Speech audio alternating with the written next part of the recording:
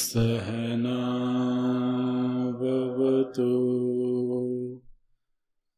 सहनो भुनक्तु सह वीर्यं करवावहै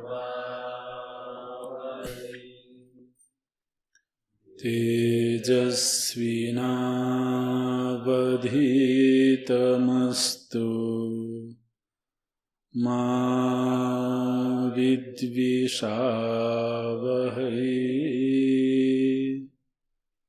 ॐ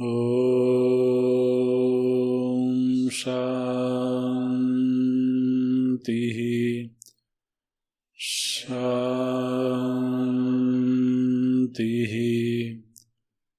शान्तिः।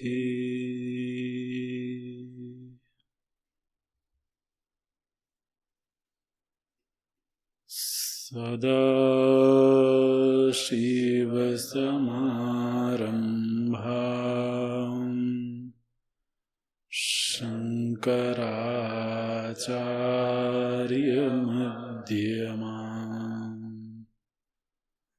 अस्मदाचार्यपर्यन्ताम् वन्दे गुरुपरम्पराम्।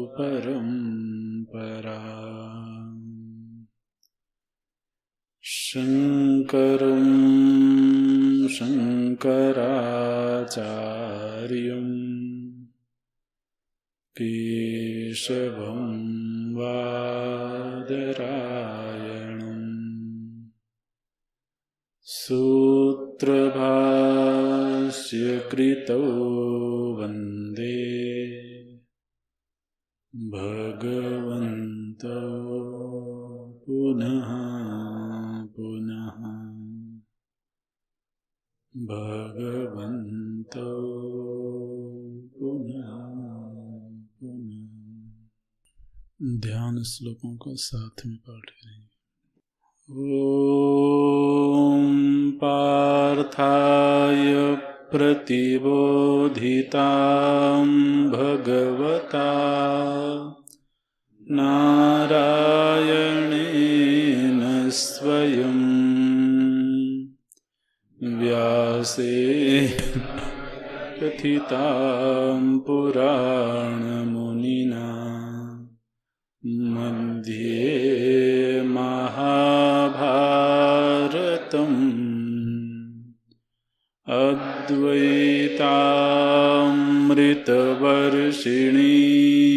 भगवतीम् अष्टादशाध्यायिनीम् अम्ब त्वामनुसन्दधामि भगवद्गीते भवद्वेषिणी।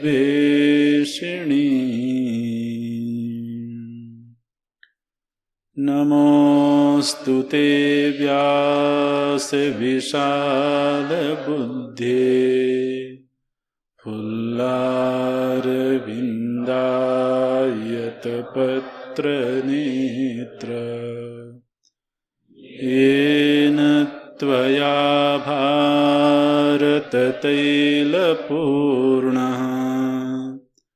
प्रज्वालितो ज्ञानमयः प्रदीपः प्रपन्नपारिजाताय स्तोत्रवेत्रैकपाणये ज्ञानमुद्राय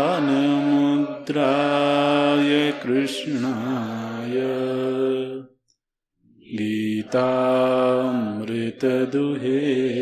नमः। सर्वोपनिषदो गावो दुग्धा गोपालनन्दनः पार्थो वत्सः सुधीर्भोक्ता दुग्धं गीतामृतं महत्। वसुदेवसुतं देवं कंसचाणूरमर्दनम् देवकी परमानन्दम् कृष्णं वन्दे जगद्गुरुम्।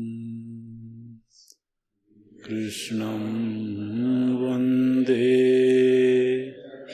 जगद्गुरुम्।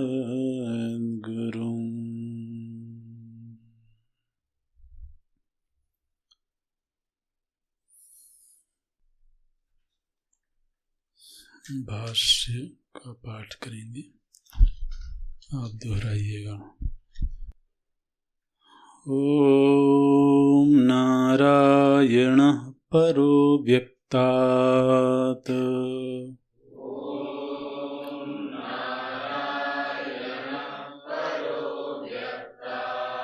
अण्डमव्यक्तसम्भवम्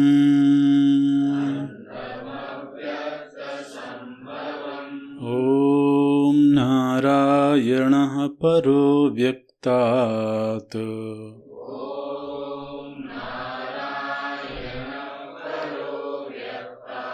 अण्डमव्यक्तसम्भवम्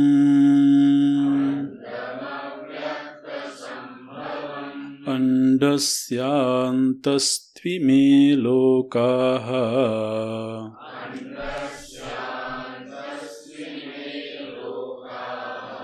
सप्तद्वीपा च मेदिनी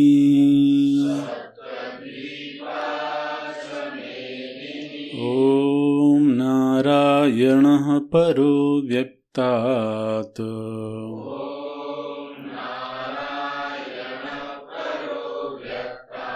अण्डमव्यक्तसम्भवम्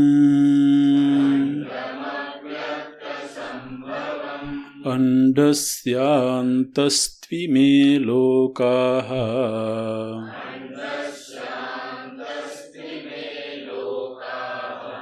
सप्तद्वीपा च मेदिनी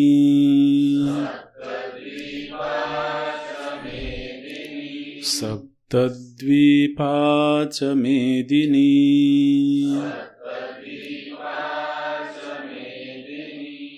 स भगवान् सृष्ट्वा इदं जगत्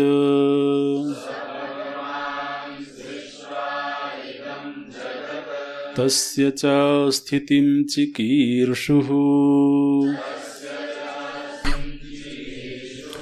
मरीच्यादीन् अग्रे सृष्ट्वा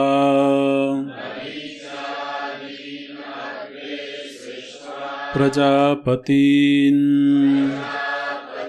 प्रवृत्तिलक्षणं धर्मम् ग्राहयामास वेदोक्तम् ततः अन्याञ्च सनकसनन्दनादीन् उत्पाद्य निवृत्तिलक्षणं धर्मम् ज्ञानवैराग्यलक्षणम् ग्राहयामास विविधो हि वेदोक्तो धर्मः प्रवृत्तिलक्षणो निवृत्तिलक्षणश्च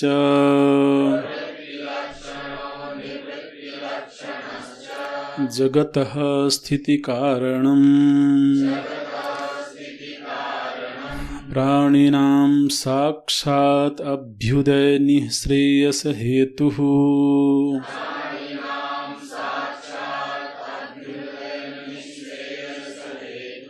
यः स धर्मः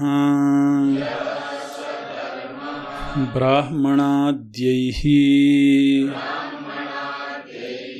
वर्णिभिः आश्रमिभिः च श्रेयोर्थिभिः अनुष्ठीयमानः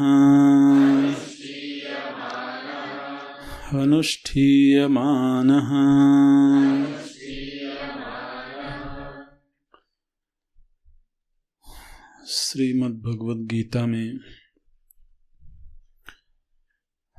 जो प्राचीनतम और सबसे प्रामाणिक भाष्य प्राप्त है वो है शांकर भाष्य। आदि आचार्य भगवान शंकराचार्य जी द्वारा प्रणीत ये प्रथम भाष्य है। हालांकि भगवान भाष्यकार स्वयं बताते हैं कि उनके पूर्व भी कुछ आचार्यों ने व्याख्याएं लिखी थी, लेकिन वो बहुत क्रमिक, बहुत व्यवस्थित नहीं थी। पदवाक्य की व्यवस्था से विवृत्ति नहीं थी। इसलिए तो भगवान भाष्यकार को भाष्य रचना करनी पड़ी। ग्रंथ में प्रवेश करने से पूर्व एक संक्षिप्त प्रस्तावना भाष्य लिखते हैं। यह जो प्रस्तावना भाष्य है, इसमें मुख्य रूप से समूचे भगवद गीता का प्रतिपाद्य विषय क्या है उसका निर्णय किया गया है। दूसरा, ब्रह्म प्राप्ति का साक्षात साधन क्या है, इस विषय का निरूपण हुआ है। प्रस्तावना भाष्य में क्या बात बताई गई है, तो बोले एक तो गीता शास्त्र का तो मुख्य प्रतिपाद्य विषय क्या है, किस विषय का प्रतिपादन करने के लिए भगवद गीता की प्रवृत्ति हुई है। एक तो उसका निश्चय करना, जैसा कि कल इस पर प्रश्न भी उठाया गया था। तो समूची आचार्य परंपरा का इसमें क्या मत है, अंतिम निर्णय क्या है। और दूसरा, तो मोक्ष प्राप्ति का साक्षात साधन क्या है, उसका निरूपण करना। समाज में लोग कहते हैं कि किसी भी मार्ग से जाएं तो भगवत प्राप्ति हो सकती है, भगवत प्राप्ति के अनेक मार्ग हैं। क्या गीता जी को भी यह मत स्वीकार्य है? गीता जी की दृष्टि में साक्षात साधन क्या है उसका निरूपण होना चाहिए, उसका निर्णय होना चाहिए। तो ये दो विषय इस प्रस्तावना भाष्य में प्रस्तुत किए गए हैं। आरंभ करते हैं। ये प्रथम श्लोक स्वयं भगवान भाष्यकार का ही लिखा हुआ है। ओम नारायणः परो व्यक्तात् अंडमव्यक्त संभवम् अंडस्यांतस्त्विमे लोकाः सप्तद्वीपा च मेदिनी। अव्यक्तात् परः नारायणः। आप इस श्लोक को देखेंगे, बोलते हैं अव्यक्तात् नारायणः परः। जो नारायण हैं वो अव्यक्त से पर हैं। अव्यक्त से परे एक तत्व है, एक वस्तु है जिसका नाम नारायण है। वह नारायण कैसा है? बोले वह अव्यक्त से पर है। अच्छा, फिर बोले फिर उस अव्यक्त से अंड संभवम, अव्यक्तात् नारायणः परः और अंडम अव्यक्त संभवम, अव्यक्त संभवम, अव्यक्त से संभव हुआ, संभव होने का अर्थ है उत्पन्न होना। तो उस अव्यक्त से अंड की उत्पत्ति हुई, अव्यक्त संभवम अंडम, अव्यक्त से अंड की उत्पत्ति हुई। फिर अंडस्य अंडस्यांतस्तु इमे लोकाः, और इस अंड के अंतर्गत ये सारे के सारे लोक हैं। अंडस्यांतस्तु, अंतस्तु अंति माने मध्य, इसके मध्य में, इसके ही भीतर इमे लोकाः, ये 14 भुवनात्मक जो लोक है वो इसी अंड के अंतर्गत है। और उन 14 भुवनों में से एक भुवन है मेदिनी। मेदिनी का अर्थ है पृथ्वी। तो सर्वप्रथम एक नारायण तत्व है जो अव्यक्त से परे है। फिर अव्यक्त है, अव्यक्त से अंड की उत्पत्ति हुई।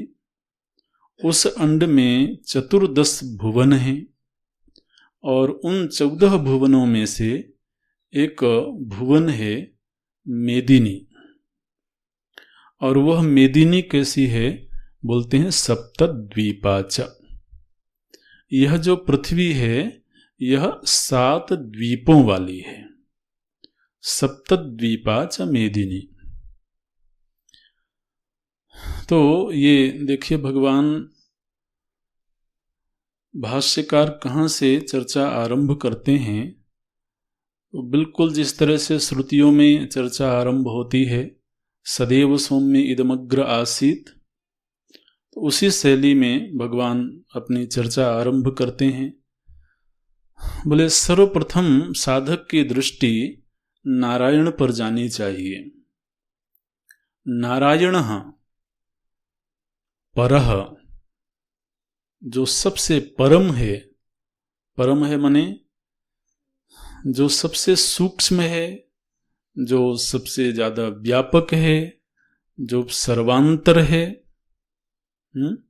जो प्रत्यक है, ऐसा जो पर तत्व है वो नारायण है। नारायण शब्द का अर्थ क्या होता है? तो वैसे तो हम जब नारायण शब्द सुनते हैं तो मन में एक तस्वीर बनती है जो हमने बचपन से सुना है, समाज में सुना है, पढ़ा है। नारायण माने चतुर्भुजधारी भगवान विष्णु जो वैकुंठवासी हैं या क्षीर सागर में शेष सैया में विराजमान हैं। नारायण शब्द का अर्थ होता है नर जिसका अयन है। अयन, अयन का अर्थ होता है घर, आश्रय। तो नर अयनम, नर एव अयनम यस्य सह नारायणः, नर एव नारः, ऐसे व्युत्पत्ति करनी चाहिए। जो नर है उसी को नार बोलते हैं। नर एव नारः, नर को ही नार कहते हैं। और वह नार जिसका अयन है, नार एव अयनम यस्य सह नारायणः। तो नर एव नारः मने क्या? नर मने जीव, मनुष्य। तो यह जो जीव है यह जीव ही नार है। और यह जीव माने यह नार जिसका घर है। वो नारायण है। अब देखिए, पूर्वश्रुत जो हमारे विचार हैं उनसे अर्थ कितना बदल गया। ये नारायण कहाँ रहते हैं? बोले नर में रहते हैं। नर में रहते हैं माने मुझ में रहते हैं। अरे मनुष्य कहाँ मनुष्य खोजने जाओगे भाई? मनुष्य में रहते, माने कौन से मनुष्य में रहते हैं? मुझ में रहते हैं। तो मेरा जो हृदय कमल है, हृदय कमल है, वही नारायण का निवास स्थान है।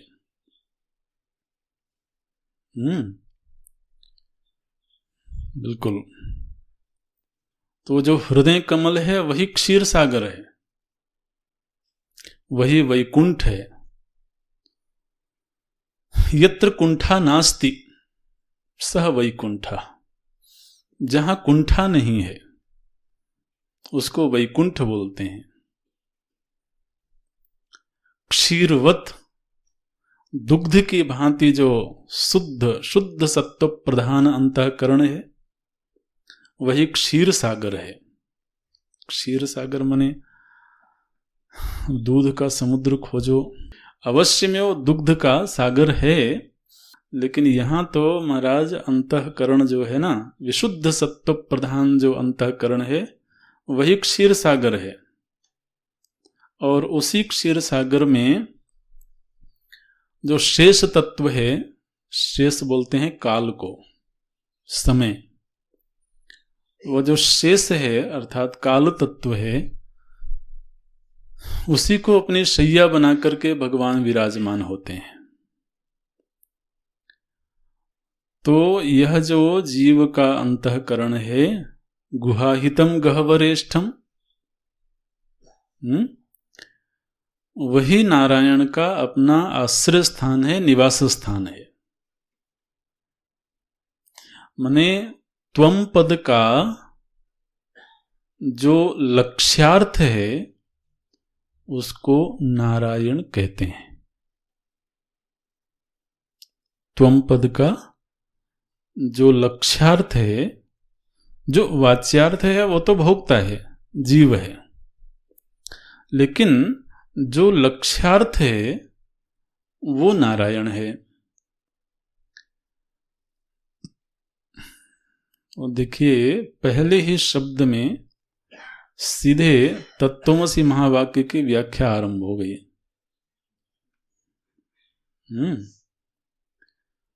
नारायण मने कहीं खोजने जाने की आवश्यकता नहीं है, नर ही उसका अयन है, ये जीव ही उसका घर है। यह जो नारायण है, ये नारायण कैसे हैं? उन्हें जो साक्षात अपरोक्ष अनुभूयमान चेतन तत्व है, दृष्टा है, यही नारायण अव्यक्त से पर है। अव्यक्त माने जो समष्टि अव्यक्त है, जगत की जो अव्यक्त दशा है उस अव्यक्त से परे है। वो अव्यक्त से परे है माने जो, ध्यान देना, जो तत्पद का लक्ष्यार्थ है। तत्पद के अंतर्गत, तत्पद में जगत आता है, और जगत का जो आश्रय है चेतन तत्व, वो जब सोपाधिक रूप में उपलब्ध होता है तब ईश्वर कहते हैं, तब विराट कहते हैं, और निरुपाधिक रूप में जब उसकी उपलब्धि होती है तो ब्रह्म कहते हैं। तो यह जो नारायण है, कौन सा नारायण? जो साक्षी रूप में साक्षात अपरोक्ष अनुभव का विषय है, यही नारायण अव्यक्त से परे है, माने तत्पद का लक्ष्यार्थ है।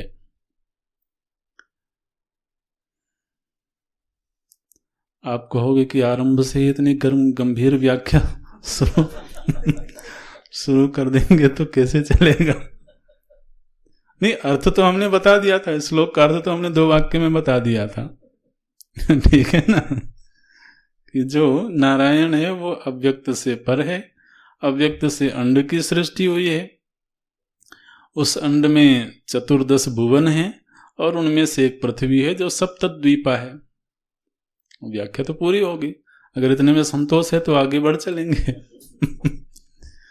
लेकिन ऐसे नहीं, भगवान भाष्यकार की दृष्टि सीधे तत्व स्पर्शी है, तत्व से ही दृष्टि आरंभ होती है और तत्व में ही संपन्न होती है। तो यह जो नारायण है मने त्वम पद का लक्ष्यार्थ चेतन तत्व है, निरुपाधिक चेतन तत्व है, वही अव्यक्त से पर मने अव्यक्त आदि उपाधियों से रहित निरुपाधिक चेतन तत्व है। तो तत् त्वम असि, जो साक्षी है वही ब्रह्म है, ऐसे बोलते हैं। तो ओम, ये ओम उसका वाचक शब्द है, प्रणव उसका अभिधान है। किसका वाचक है ओम? बोले नारायण का। नारायण माने क्या?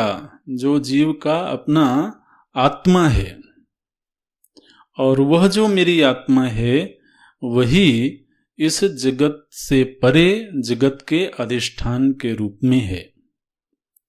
ओम नारायण परः अव्यक्तात्, अव्यक्त से परे है। अव्यक्त माने क्या? तो जगत की जो प्रलय अवस्था है, समष्टि की जो प्रलय अवस्था है, आप लोग भाषा में बोलना चाहें तो समष्टि की जो सुषुप्ति अवस्था है, उस सुषुप्ति अवस्था को अव्यक्त बोलते हैं। अव्यक्त माने न विद्यते कैश्चित् प्रमाणैः, एक ऐसी स्थिति, सृष्टि की एक ऐसी स्थिति जिस स्थिति में कुछ भी व्यक्त नहीं है, वहां सब कुछ है लेकिन व्यक्त नहीं है। जैसे जब व्यष्टि सुसुप्ति होती है, हम सुसुप्ति में जाते हैं तो वहां कुछ भी नष्ट नहीं हुआ है, वहां पर जीव है, जीव के कर्म हैं, जीव के संस्कार हैं, स्वरूप का अज्ञान है, त्रिगुण है, सबके सब वहां पर हैं, लेकिन सब अव्यक्त हैं, माने पृथक पृथक रूप से इन सब की उपलब्धि नहीं हो रही है। इसी तरह से जगत की एक ऐसी अवस्था होती है, अवस्था होती है, ध्यान देना, अभी जगत की जागृत अवस्था है, अभी जगत की व्यक्त अवस्था है। तो इसलिए जगत में हमको सब पृथक पृथक पृथक विभक्त नजर आते हैं, व्यक्त नजर आते हैं। व्यक्त माने क्या होता है? व्यक्त माने जो इंद्रिय प्रत्यक्ष हो गया। आप जानते हैं ना, ये व्यक्त शब्द से ही व्यक्ति बना है। जब हम कहते हैं ये व्यक्ति, व्यक्ति माने क्या? जो इंद्रिय के सामने है, इंद्रिय प्रत्यक्ष है। तो जब हमें पृथक पृथक हर वस्तु नजर आवे तब वह व्यक्त अवस्था है। तो इस समय पर हमारे भीतर कौन सी वृत्ति चल रही है, इस समय हम कौन सा कर्म कर रहे हैं, इस समय पर हमारे अंतःकरण में त्रिगुणों की क्या स्थिति है, सत्वगुण है कि रजोगुण है कि तमोगुण है। तो गुणों का पार्थक्य भी दिखाई देता है, भीतर के इस समय अभिव्यक्त हो रहे संस्कार दिखाई देते हैं, वर्तमान में जो क्रियमाण कर्म है वो दिखाई देते हैं। हमें अपने स्वरूप का ज्ञान नहीं है, उस अज्ञान का भी ज्ञान हो रहा है। तो ये सब चीजें पृथक पृथक व्यक्त हो रही हैं, दिख रही हैं, तो इसको व्यक्त अवस्था बोलते हैं। ठीक इसी तरह से एक अव्यक्त अवस्था है, समष्टि की अव्यक्त अवस्था है, जहां पर समष्टि जीव हैं। समष्टि जीवों के समष्टि कर्म हैं, समष्टि जीवों के समष्टि संस्कार हैं और त्रिगुण है। जब अव्यक्त पर चिंतन करना हो तो ऐसे चिंतन करना, सृष्टि जब प्रलय की स्थिति में है तो वो स्थिति कैसी होगी? वहां पर जीव नष्ट नहीं हुए हैं, लेकिन पृथक पृथक उनकी उपलब्धि नहीं हो रही है। दृष्टांत ऐसे लेना चाहिए कि जैसे आम का बीज है, तो आम के बीज में आम का समूचा वृक्ष है। संस्कार रूप में आम के पत्ते भी हैं, पत्तों का आकार भी है, आम की टहनियां हैं, शाखाएं हैं, उनके गुणधर्म हैं। समूचा जो आम का वृक्ष है वो उस बीज में है, लेकिन किस रूप में है? अव्यक्त रूप में।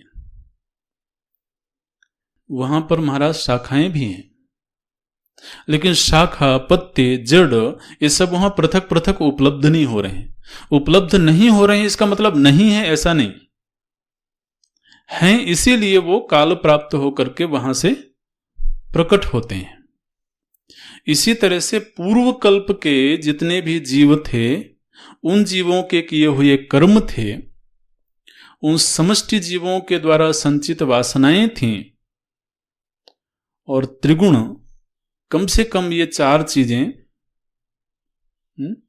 ये हर बिंदु बहुत विचार के द्वारा विचार करके बताया जा रहा है, इसलिए आप ऐसे ही नहीं सुनना, उसके पीछे एक गहरा चिंतन है।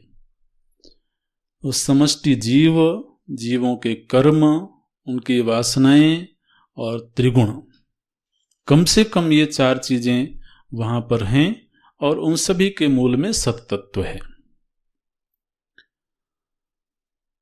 ऐसे, लेकिन इन सभी की पृथक पृथक उपलब्धि वहां पर नहीं हो रही है, इसलिए उस स्थिति को बोलते हैं अव्यक्त स्थिति। भागवत जी में इसके लिए एक सुंदर दृष्टांत दिया गया, सृष्टि प्रकरण के ही संदर्भ में। बोले कि जिस तरह से जो अग्नि है वो अपनी दाहकता रूपी धर्म के साथ, अपनी दाहकता के साथ में, प्रकाशमानता के साथ में काष्ठ में विद्यमान है। अभी जो काष्ठ है, इस काष्ठ में अग्नि है, और काष्ठ में यह जो विद्यमान अग्नि है वो अपने प्रकाशमानता के धर्म के साथ में है, उष्णता धर्म के साथ में है, रूप धर्म के साथ में है। अग्नि के जितने धर्म हैं उन सभी धर्मों के साथ में अग्नि इस काष्ठ में विद्यमान है, लेकिन अभी कोई भी धर्म व्यक्त नहीं है। ऐसे भागवत जी में दृष्टांत देते हैं प्रलय की स्थिति की पहचान करवाने के लिए। तो इसी तरह से ये समष्टि की जो प्रलय स्थिति है उसमें ये सब चीजें वहां पर विद्यमान हैं, किसी की भी पृथक रूप में उपलब्धि नहीं हो रही है। भागवत जी ने कहा कि वहां पर एक चीज है जो प्रलय में नहीं गई है। वो क्या है? बोले वो है काल तत्व। काल तत्व क्या है? बोले वो भगवान नारायण की एक विशिष्ट शक्ति है, और यह जो नारायण की विशिष्ट शक्ति है काल, इसको प्रलय में नहीं ले जाया गया। काल का प्रलय नहीं हुआ। काल का प्रलय नहीं हुआ, इसीलिए ये पता लगता है कि इतने काल से लेकर इतने काल तक प्रलय की अवस्था थी। ठीक है ना? प्रलय से पूर्व भी सृष्टि थी, तो एक काल विशेष था जबकि सृष्टि का प्रलय हुआ, और कालक्रम में फिर वो जो समष्टि जीव हैं उनके कर्मों का परिपाक होगा। तो जो कर्मों का परिपाक है वो भी काल में ही होगा। अब यदि वहां अकाल होवे तब तो फिर कर्म का परिपाक भी नहीं हो सकता है। तो बोले कि भगवान नारायण ने जो काल शक्ति है अपनी, उसको स्वतंत्र रूप से वहां पर छोड़ दिया था, उसका लय नहीं हुआ। अभी हम भागवत जी की भाषा बोल रहे हैं, तो फिर बोलते हैं कि इसीलिए फिर कालक क्रम प्राप्त हुआ, और जब समष्टि जीवों के कर्म फलीभूत होने के लिए तैयार हुए, तब फिर त्रिगुणों में क्षोभ हुआ और फिर सृष्टि आरंभ हो गई। तो वहां काल विद्यमान था, लेकिन काल विद्यमान होने पर काल का ज्ञान नहीं था, क्योंकि कोई जीव वहां पर व्यक्त नहीं था। समष्टि जीव वहां पर अव्यक्त स्थिति में थे, इसलिए उन समष्टि जीवों को काल का भी भान नहीं था। जैसे हम लोग जब सुसुप्ति में जाते हैं ना, तो सुसुप्ति में हम गए थे और इतनी देर तक सुसुप्ति में रहे, ये सुसुप्त पूर्व की जो अनुभूति थी और सुसुप्त पश्चात की अनुभूति है, इन दोनों अनुभूतियों के बीच में घड़ी इतना आगे खिसक गई है।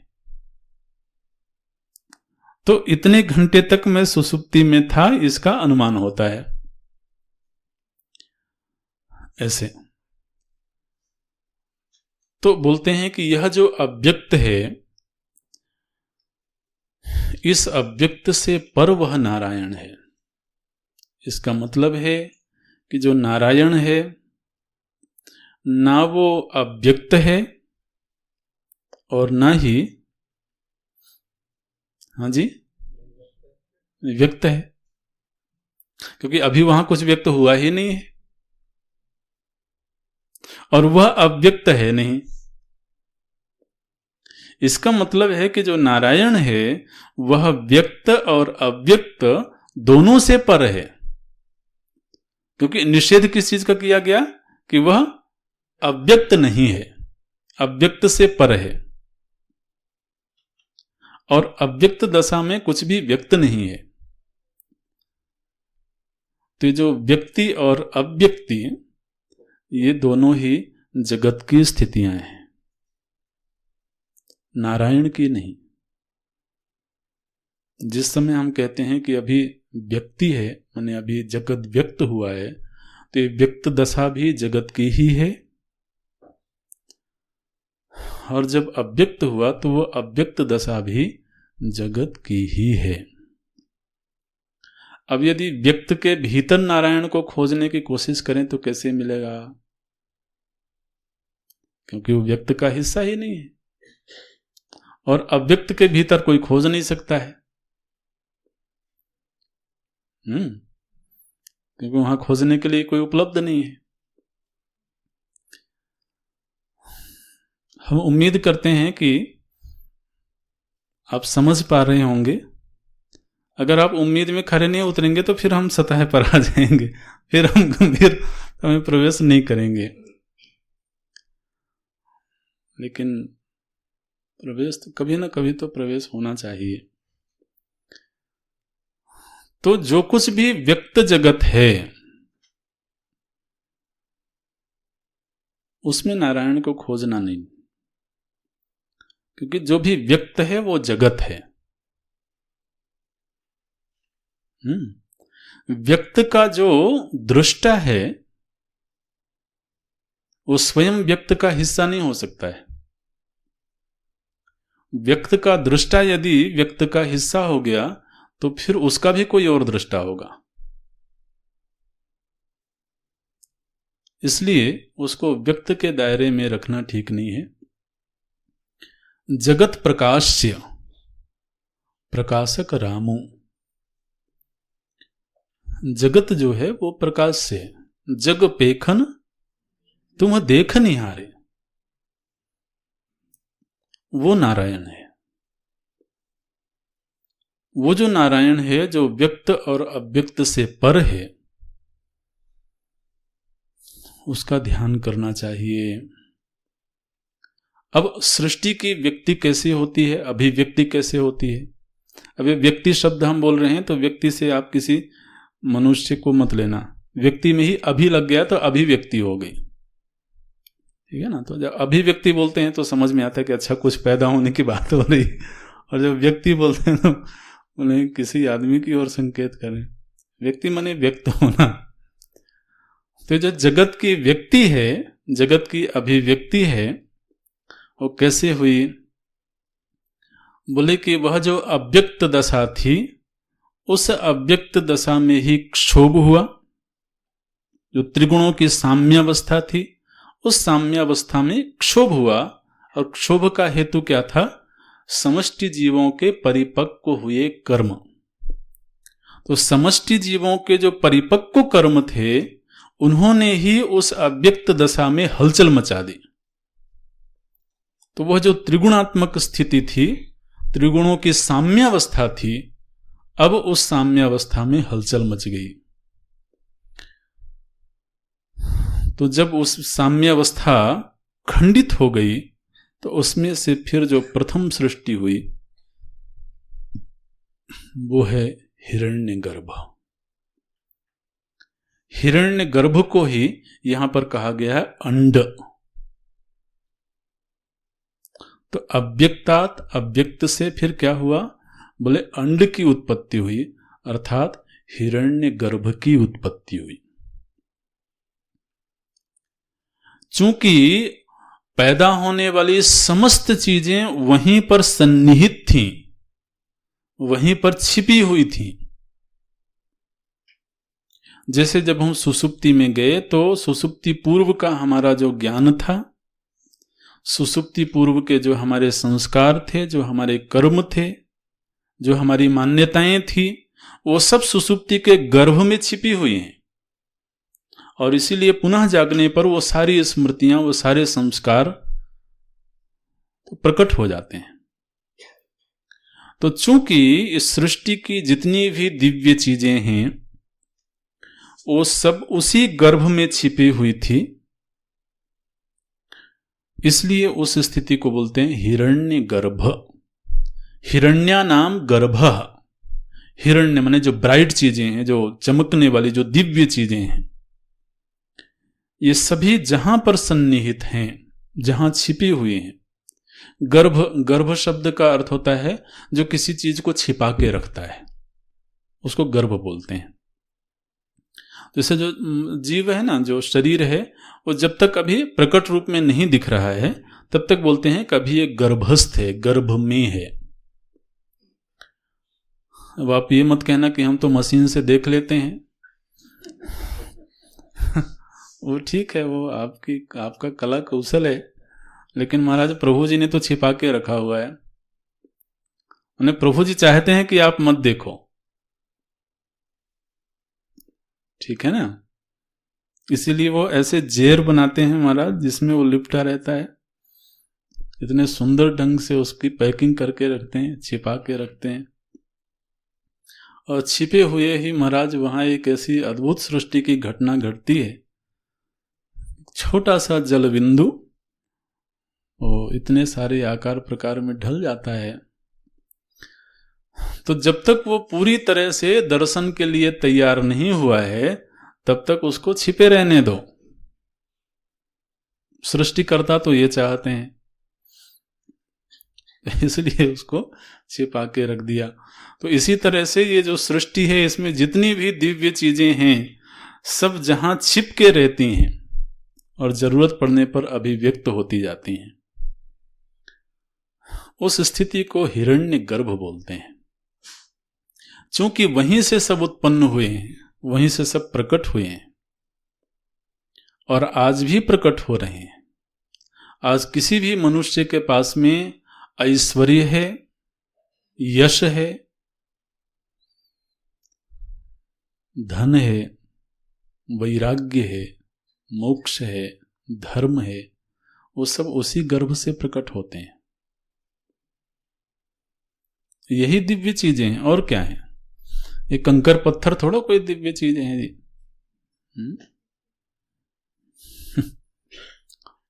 नहीं नहीं, हिरण्य का मतलब है धर्म, हिरण्य का मतलब है वैराग्य, जो जीवन में चमक पैदा करते हैं, जो जीवन को दिव्यता प्रदान करते हैं। और धर्म से ही जीवन दिव्य होता है, जिसमें ऐश्वर्य की सामर्थ्य है। ऐश्वर्य मतलब शासन करने की सामर्थ्य है। उस सामर्थ्य से ही जीवन दिव्य होता है। जो जितना विरक्त है महाराज, उसमें उतनी शासन की सामर्थ्य है, क्योंकि वो कहीं फंसा हुआ नहीं है, कहीं बंधा हुआ नहीं है। तो बंधा हुआ व्यक्ति होता है बहुत कमजोर होता है, आसक्त व्यक्ति बहुत कमजोर होता है, अनासक्त व्यक्ति बहुत प्रबल होता है। जो जितना अनासक्त होगा वो उतना ही बलवान होगा, उतना ही निर्भय होगा।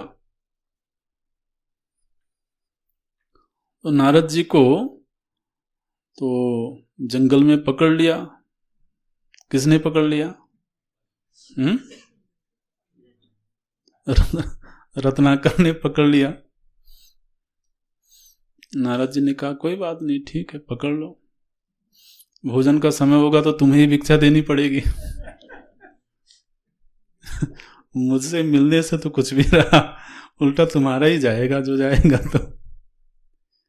तो अब ऐसे व्यक्ति को आप किसमें गिरा सकते हो, कैसे बांध सकते हो, कैसे भयभीत कर सकते हो? ये जो भय की वृत्ति है ना महाराज, ये आसक्ति का प्रमाण है, पक्की बात है। अरे भय किसी चीज को ही लेकर के तो होता है ना, अस्मिता को लेके भय होता है। तो निर्भय होना है तो अनासक्त होना है। तो ये जो वैराग्य है, धर्म है, जो जितना धर्म परायण है वो उतना निर्भय है। अधर्म जीवन में भय पैदा करता है। आप ध्यान देना, अपने अनुभव से ध्यान देना कि जब जब हमने अधर्म कार्य किया है, जब जब हमने वर्ण आश्रम के विरुद्ध कोई आचरण किया है, तब तब हमारे अंदर भय की वृत्ति बढ़ी है। तो अधर्म भय पैदा करता है, आसक्ति भय पैदा करती है। एक तरफ व्यक्ति आसक्त भी हो और दूसरी तरफ कहे कि मैं निर्भय हूं, ये निर्भयता का दिखावा मात्र है। वस्तुतः भीतर भीतर बहुत भयभीत है। इसी तरह से जो डकैत है वो बगल में बंदूक रख के सोता है, तब भी रात भर ढंग से नींद नहीं आती है। अरे बंदूक तुम्हारे पास में, फिर क्यों नहीं चैन से सो रहे हो? भय है, कुछ गलत किया है। तो ये हिरण्य हैं, ये सारे के सारे जो हिरण्य हैं, ये दिव्य चीजें हैं, ये किसी व्यक्ति को प्राप्त होती हैं, थोड़ी थोड़ी प्रकट होती रहती हैं, ये परमात्मा के अनुग्रह से। और जहां पर ये समग्र रूप में छिपी हुई हैं वो हिरण्य गर्भ है। हिरण्य गर्भ को ही माने चेतन की दृष्टि से हिरण्य गर्भ कहते हैं और जड़ की दृष्टि से महत्तत्व कहते हैं। जड़ता की प्रधानता से महत्तत्व कहा जाता है और चेतनता की प्रधानता से हिरण्य गर्भ कहते हैं। फिर भगवान बोलते हैं कि उसी हिरण्य गर्भ से ये चतुर्दश भुवनात्मक जगत का सृजन हुआ। अंडस्यांतस्तु इमे लोकाः, यह जो लोक है अर्थात 14 भुवनों वाला लोक है, यह उसी अंड के गर्भ में है। महाराज ढंग से गुरु परंपरा से अर्थ न समझा जाए तो लोग पता है क्या अर्थ निकालते हैं? बोले जब सृष्टि का आरंभ हुआ तो एक अंडा उत्पन्न हुआ। बताओ, फिर उसी अंडे से हम सब पैदा हुए, तो फिर हम सब क्या हुए?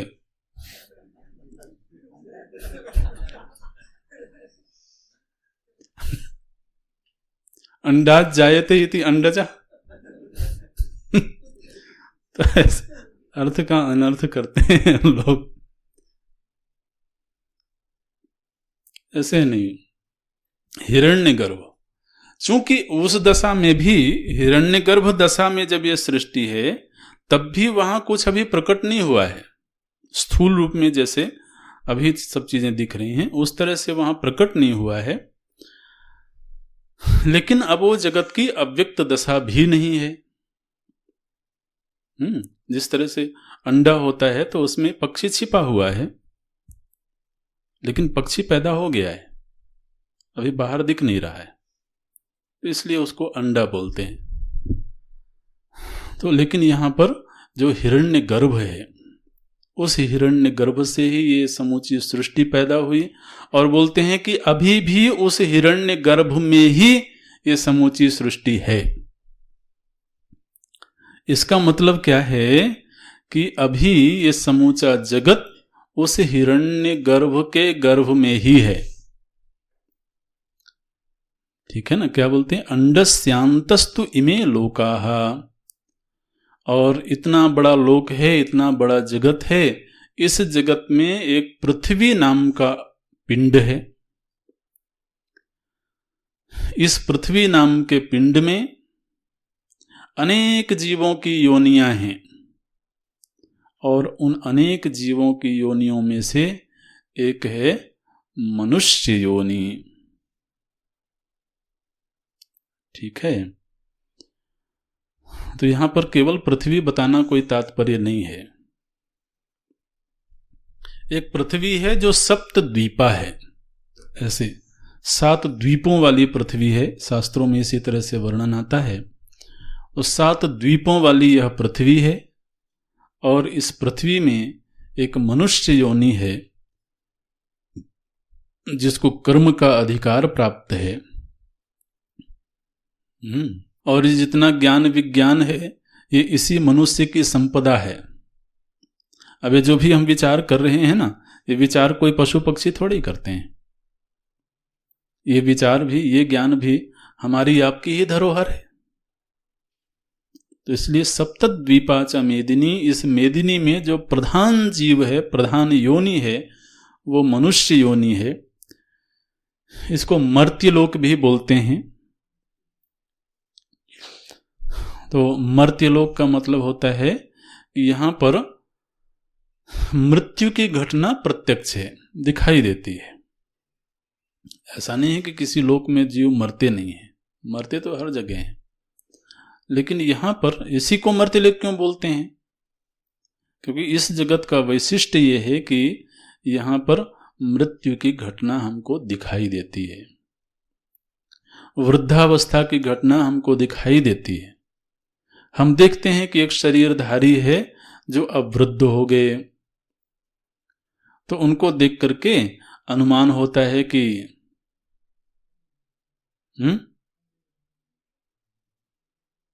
बोलो, उसमें डर काहे को लगता है?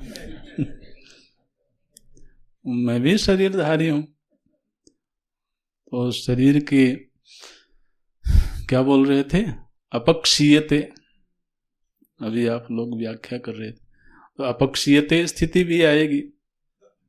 अभी पता नहीं, कुछ लोग विपरिणमते की स्थिति में होंगे, कोई विपक्षीयते की स्थिति में, तो ऐसे सब अपने अपने सोपान में हैं।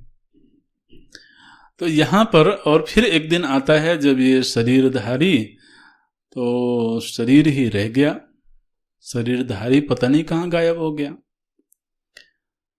तो एक घटना हमको यहां पर दिखाई देती है घटते हुए, इसलिए इसको मर्त्यलोक बोला जाता है, मृत्युलोक भी बोलते हैं। ऐसा नहीं है कि मृत्यु नाम की जो चीज है वो दूसरे लोकों में नहीं है। उन लोकों में यह है कि महाराज बीच में से ही कोई गायब हो गया। अब कोई गायब हो गया तो आप ज्यादा से ज्यादा गुमशुदगी का इश्तिहार दे सकते हैं, आप ये निर्णय तो नहीं दे सकते कि अब इस दिन उठावना है जी।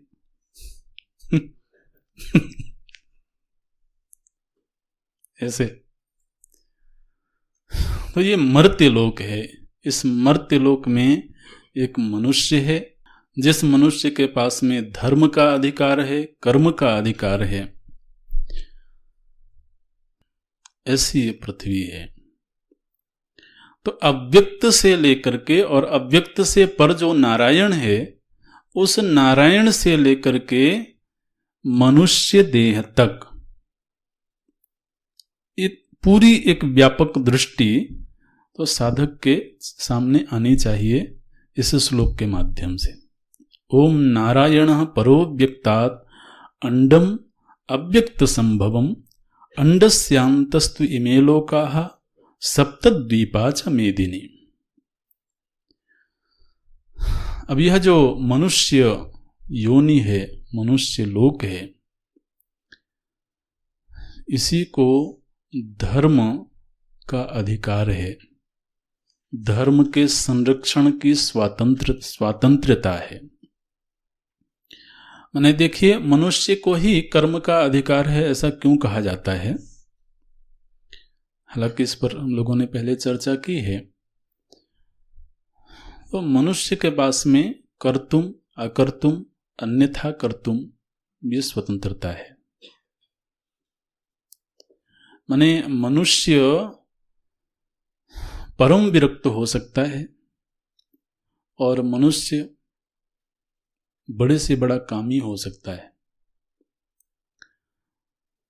वो भीष्म पितामह की तरह अखंड ब्रह्मचारी हो सकता है और वो महाराज ययाति की तरह महाराज बड़े से बड़ा कामी हो सकता है। लेकिन मनुष्येतर जो योनियां हैं वो प्रकृति के द्वारा निबद्ध हैं। ना तो वो ब्रह्मचारी हो सकते हैं और ना ही वो कोई बहुत ज्यादा कामी हो सकते हैं। उनकी जो जीवनचर्या है वो नियत है। मनुष्य तो फलाहार आदि व्रतपूर्वक फलाहार आदि ग्रहण करके पुण्य का अर्जन कर सकता है और विलासिता पूर्वक मांस आदि का ग्रहण करके पाप का अर्जन कर सकता है। लेकिन शेर शाकाहारी नहीं हो सकता और शेर के मांसाहारी होने से उसको कोई पाप नहीं लगता।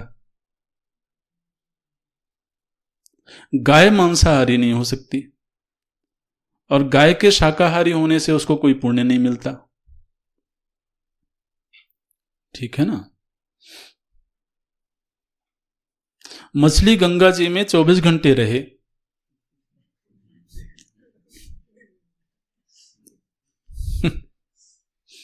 तो उसको गंगा स्नान का कोई पुण्य नहीं मिल सकता। लेकिन हम यदि श्रद्धा वृत्ति पूर्वक गंगा स्नान करें तो उसी स्नान का हमको पुण्य मिलेगा और अश्रद्धा पूर्वक उपेक्षा पूर्वक गंगा स्नान करें तो फिर दूसरी चीज भी मिलेगी। तो चूंकि हमारे पास में ये स्वातंत्र्य है इसलिए कहा जाता है कि हमें कर्म का अधिकार प्राप्त है। हम अपना निर्माण करके देवत्व भाव को उपलब्ध हो सकते हैं। देवत्व भाव की चरम सीमा ब्रह्मा पद है। प्रजापति भाव को उपलब्ध हो सकते हैं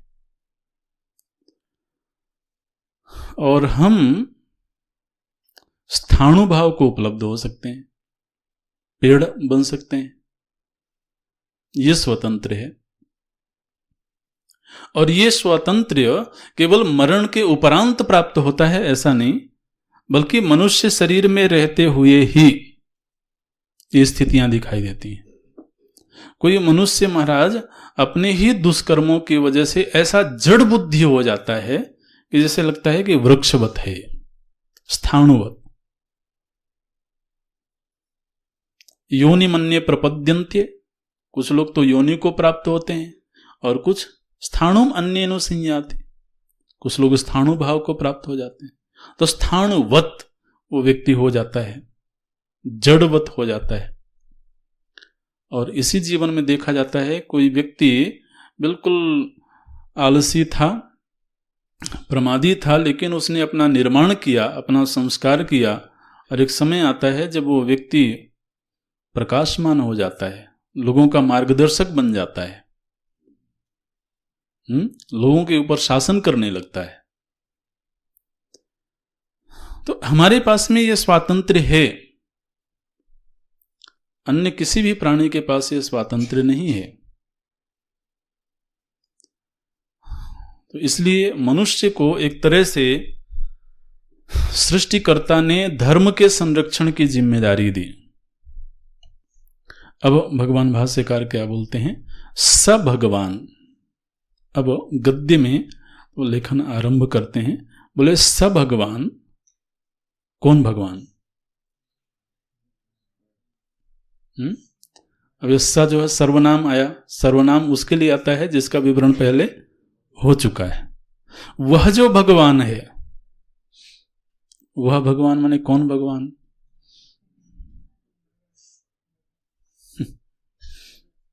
स भगवान, वह जो भगवान है, उन्होंने क्या किया? बोले सृष्ट्वा इदम जगत। वह जो भगवान हैं उन्होंने इस जगत का सृजन किया। अच्छा, बोले भगवान ने जगत का सृजन किया? बिल्कुल भगवान ने जगत का सृजन किया।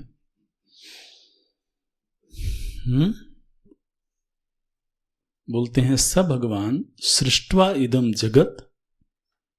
अच्छा, तो जो भगवान थे उन्होंने जगत बना दिया और बना करके छोड़ दिया ऐसे ही? बोले नहीं नहीं, ऐसे नहीं छोड़ा उन्होंने। जगत का निर्माण तो किया, लेकिन यह जो निर्मित जगत है यह स्थिर बना रहे, जैसा उन्होंने बनाया है वैसा ही बना रहे। तो उसको स्थिर बनाए रखने के लिए भगवान के मन में चिंता हुई। तो क्या किया उन्होंने? बोलते तस्य च स्थितिम चिकीर्षुः। तस्य मने तस्य जगतः, उस जगत की स्थिति को बनाए रखने की इच्छा से। चिकीर्षु माने उनके मन में इच्छा है कि मैंने जिस जगत को बनाया है वह जगत स्थिर रहे। तो अपने ही बनाए हुए जगत को स्थिर रखने की इच्छा से उन्होंने क्या किया? बोले कि उन्होंने प्रजापतियों को उत्पन्न किया और उन प्रजापतियों को उत्पन्न करके उन्हें धर्म का उपदेश किया। भगवान नारायण ने ही जगत उत्पन्न किया। जगत उत्पन्न करने के बाद उनको इसे स्थिर बनाए रखने की चिंता थी, इसलिए उन्होंने प्रजापतियों को सर्वप्रथम उत्पन्न किया, प्रजापतियों को। और उन मरीच्यादीन अग्रे सृष्ट्वा, मरीचि आदि प्रजापतियों को आगे बना करके सृष्टि करके और उन्हें एक धर्म का उपदेश किया। कैसा धर्म था? बोले प्रवृत्ति लक्षणम धर्मम ग्राह्यामास। तो उन प्रजापतियों को तो प्रवृत्ति लक्षणात्मक धर्म प्रदान किया। वो धर्म कैसा था? बोले वेद सम्मत था वो धर्म। अब इन बिटवीन बहुत सारी उत्पत्ति के क्रम हैं, अभी उन सभी को भगवान यहां पर नहीं बताते हैं, लेकिन बोले कि सब भगवान, उस भगवान ने जगत का सृजन किया। अब देखिए, भगवान ने जगत का सृजन किया जब ऐसा कहते हैं, तो वास्तव में भगवान ने बैठ करके एक दिन चाक तुरी बेमा आदि लेकर के बैठा, एक दिन मिट्टी इकट्ठी किया और फिर एक एक लोगों का निर्माण करते चला गया, ऐसे नहीं। जगत का सृजन तो कालक्रम से हुआ, त्रिगुणों से, ठीक है ना। लेकिन वो जो ब्रह्माश्रया माया है, जो त्रिगुणात्मिका माया है, चूंकि वह ब्रह्म पर आश्रित है, वो नारायण पर आश्रित है, तो अब नारायण पर दृष्टि होने से त्रिगुण के कार्य को कह दिया जाता है कि यह नारायण का ही कार्य है। अन्यथा भगवान क्या कहते हैं? मया अध्यक्षेण प्रकृति सूयते न तु अहम सृजामि। क्या बोलते हैं? प्रकृति सूयते, प्रकृति इसका प्रसव करती है, सूयते प्रसूयते। तो बोलते हैं यह जो प्रकृति है यही इस जगत का सृजन करती है, लेकिन प्रकृति में जो सत्ता है वो उसकी अपनी नहीं है। तो मया अध्यक्षेण, मेरी अध्यक्षता में प्रकृति इस सृष्टि का सृजन करती है। अध्यक्षता माने क्या होता है जानते हैं आप? अध्यक्ष माने जो सबसे ऊपर बिठा दिया जाए उसको, और चुपचाप सब देखता रहे कि क्या हो रहा है, उसको अध्यक्ष बोलते हैं। माने उस सभा में घट रही घटना का वो हिस्सा ना बने, वो केवल ऊपर बैठे बैठे, इसीलिए ऊपर बिठाया जाता। अध्यक्ष जी की गद्दी सबसे ऊपर लगाई जाती है, आप सबसे ऊपर बैठो, और जो वहां घटना घट रही है उसमें कोई हस्तक्षेप नहीं करना। लेकिन अब जो लोग वहां बैठे हुए हैं वो अगर मजबूर कर दे तो फिर करना पड़ता है महाराज। कई बार तो हमारे जो लोकसभा के अध्यक्ष हैं सबसे ज्यादा उन्हीं को बोलना पड़ता है। बोलना इतना ही पड़ता है कि शांत रहो अब ये शांत रहो, ये वाक्य पता नहीं दिन भर में कितनी बार बोलना पड़ता होगा उनको। तो अब वहां पर शांति प्रिय लोग बैठे होते तो उन्हें ये जहमत क्यों उठानी पड़ती। तो अध्यक्ष का मतलब है कि वो उस क्रिया का हिस्सा नहीं बनते हैं, लेकिन उनकी उपस्थिति के बिना कोई क्रिया नहीं हो सकती है। तो ऐसे ही भगवान कहते हैं कि मेरी उपस्थिति के बिना तो प्रकृति निःसत्व है, सत्ता शून्य है। तो अभी जो भक्त है इसकी दृष्टि चूंकि त्रिगुण पर नहीं है, इसकी दृष्टि केवल परमात्मा पर है, नारायण पर है, तो इसलिए ये वाक्य बिल्कुल ठीक है कि नारायण ने जगत का सृजन किया। ऐसे बोलते हैं स भगवान सृष्टवा इदम जगत। जब जगत का सृजन हुआ तो उसमें उनके नाभि कमल से ब्रह्मा जी प्रकट हुए। और फिर अब पूरा अगर सृष्टि का विवरण करना है तो ऐसे बीच बीच के सोपान भी बीच में जोड़ने पड़ेंगे। और फिर ब्रह्मा जी से तो सर्वप्रथम सनक सनंदन आदि ऋषि उत्पन्न हुए। सनक, सनंदन, सनातन और सनत कुमार, ये 4 ऋषि हैं। चारों भाई हैं, अयोनिज हैं, माने किसी माता पिता के गर्भ से उत्पन्न नहीं हुए, वो सीधे ब्रह्मा जी के मानस पुत्र हैं, ब्रह्मा जी से उत्पन्न हुए। तो जो सनक सनंदन आदि ऋषि हैं, महाराज ब्रह्मा जी चाहते थे कि ये आगे जगत का, सृष्टि का विस्तार करें, लेकिन ये सब वो जीव हैं जिन्होंने पूर्व कल्प में बहुत उपासना और सत्कर्म किए थे, उच्च कोटि के उपासक थे पूर्व कल्प के, जिनकी जो उपासना थी वो इतनी गहरी थी कि उनमें किसी भी प्रकार की विषयासक्ति नहीं रह गई। परम वैराग्य धर्म से संपन्न जो जीव थे पूर्व कल्प में, वही कल्प फिर तो ब्रह्मा जी के मानस पुत्र के रूप में उत्पन्न हुए। ब्रह्मा जी को प्रजापति कहा जाता है और फिर ब्रह्मा जी के जो मानस पुत्र हैं उनको भी प्रजापति कहा जाता है। और उसमें भी मुख्य रूप से जो गृहस्थाश्रमी हुए उनको प्रजापति कहा गया, क्योंकि उन्हीं से प्रजाओं की उत्पत्ति होती चली गई।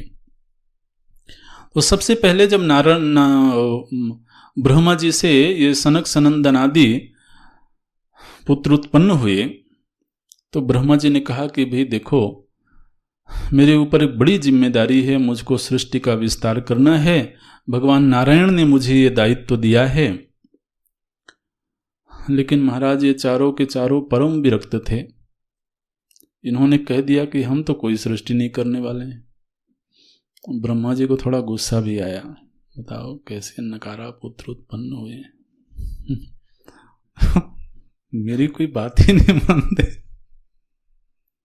ऐसे बोले नहीं, हम आपकी इस बिंदु सृष्टि का हिस्सा नहीं बनेंगे, नाद सृष्टि का हिस्सा बन सकते हैं। इस सृष्टि जो है ना 2 प्रकार की होती है, बिंदु नाद, नाद बिंदु कलातीतः, यहाँ पर लोग उस श्लोक में पढ़ते हैं ना गुरु स्तोत्र में। तो एक नाद सृष्टि होती है और एक बिंदु सृष्टि होती है। बिंदु सृष्टि में जिसमें गृहस्थाश्रम में जो संतान आदि की उत्पत्ति होती है उसको बिंदु सृष्टि बोलते हैं।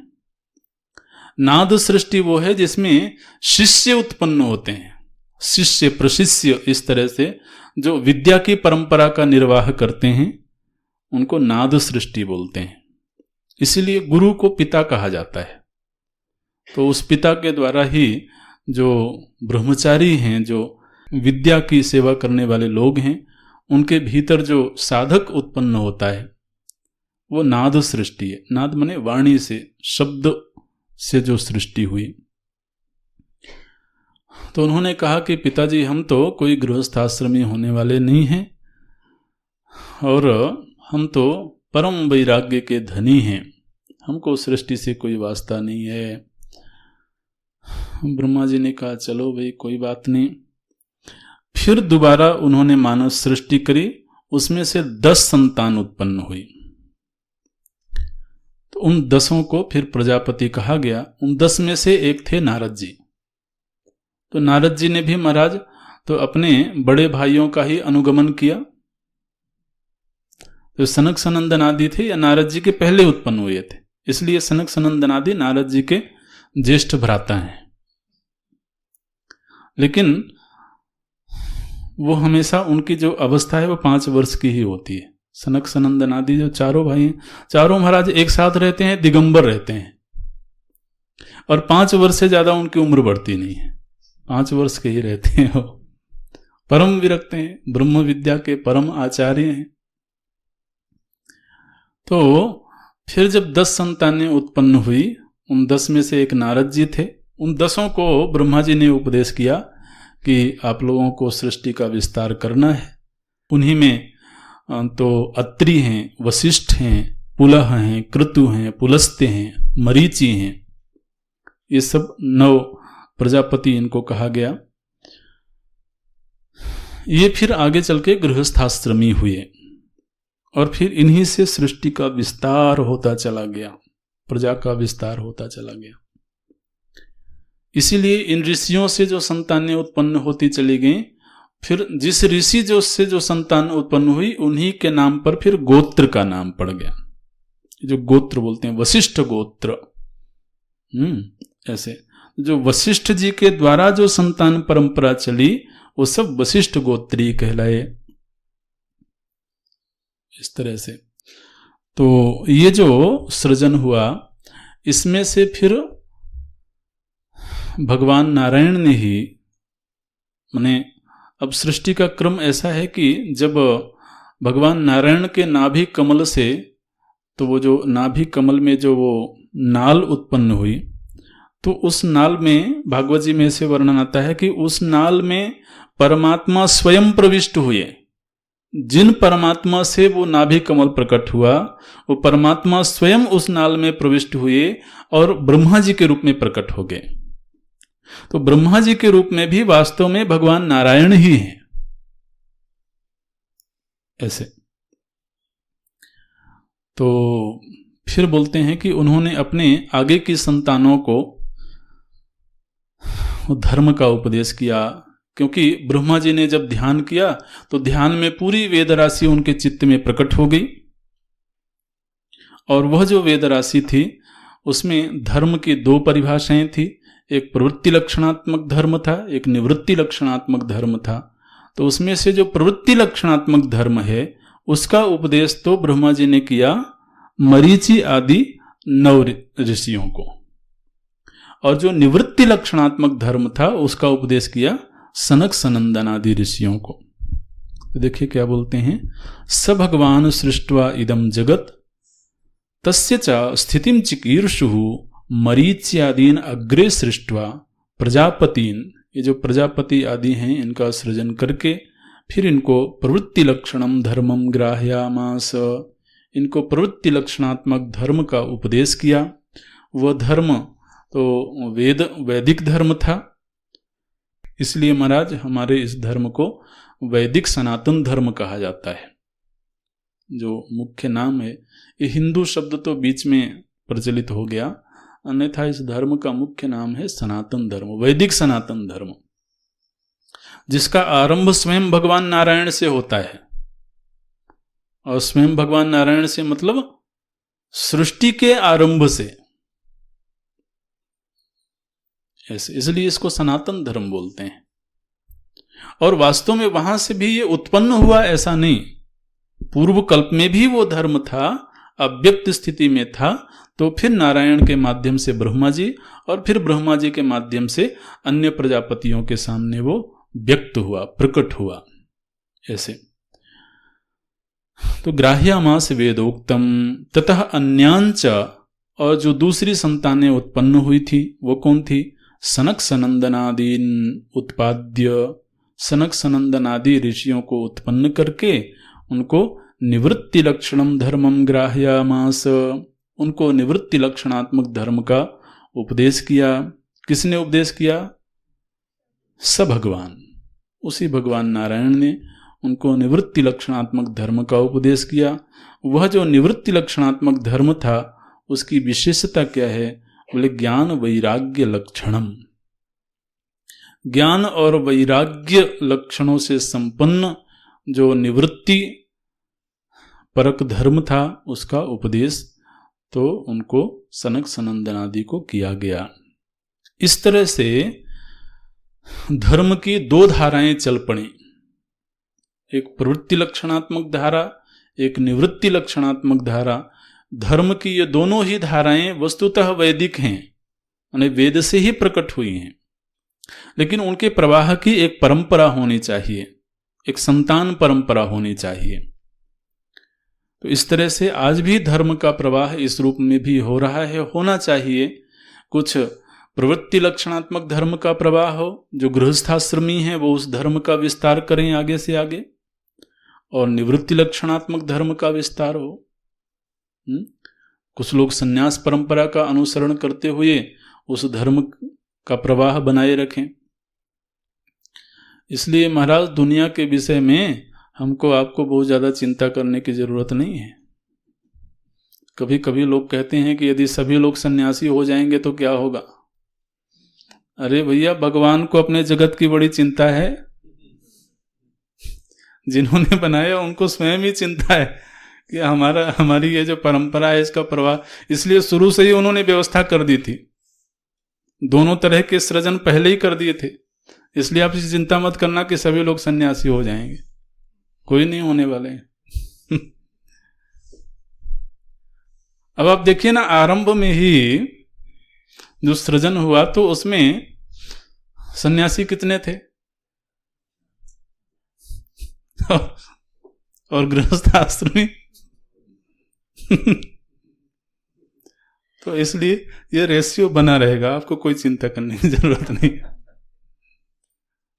भगवान को चिंता, चिकीर्षु बोलते हैं, स्थितिम चिकीर्षु, वो चिंता स्वयं भगवान को लगी हुई है।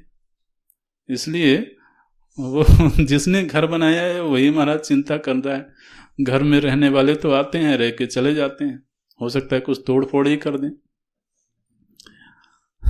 बना के जाने वाले तो कम ही होते हैं ना। तो बोलते हैं उनको चिंता लगी थी, इसलिए उन्होंने इस तरह से धर्म की परंपरा का प्रवाह बनाया। यह जो धर्म है ये वैदिक धर्म है। द्विविधो ही वेदोक्तो धर्मः, वेद में कहा हुआ ये धर्म दो प्रकार का है, प्रवृत्ति लक्षणों निवृत्ति लक्षणश्च। इसलिए जो लोग कहते हैं कि, कुछ लोग ऐसे कहने वाले भी हैं कि महाराज ये जो सन्यास मार्ग है ये पलायनवाद का मार्ग है, ये कोई धर्म का मार्ग नहीं है। और धर्म का मार्ग क्या है? और जो ऐसा कहते होंगे उन्हीं से पूछना चाहिए, लेकिन भगवान को तो दोनों चाहिए।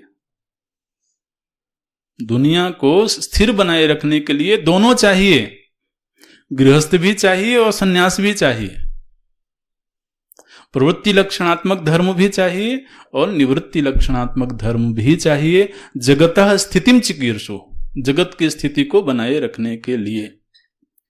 माने यदि एक ही धर्म रहे तो जगत की स्थिरता नहीं बन पाएगी, कहने का भाव ये है। ये धर्म क्या है तो आगे भगवान भाष्यकार परिभाषा देते हैं। जगतः स्थिति कारणम प्राणिनाम साक्षात अभ्युदय निश्रेयस हेतु यह सधर्मः ब्राह्मणाद्यैः वर्णिभिः आश्रमिभिः च श्रेयोर्थिभिः अनुष्ठीयमानः। अगली कक्षा में देखते हैं।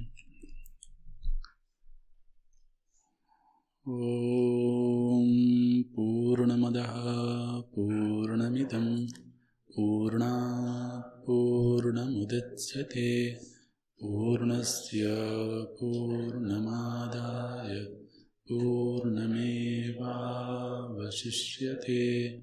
ओम शांति शांति शांति। हरिः ओम। श्री गुरुभ्यो नमः। हरिः ओम।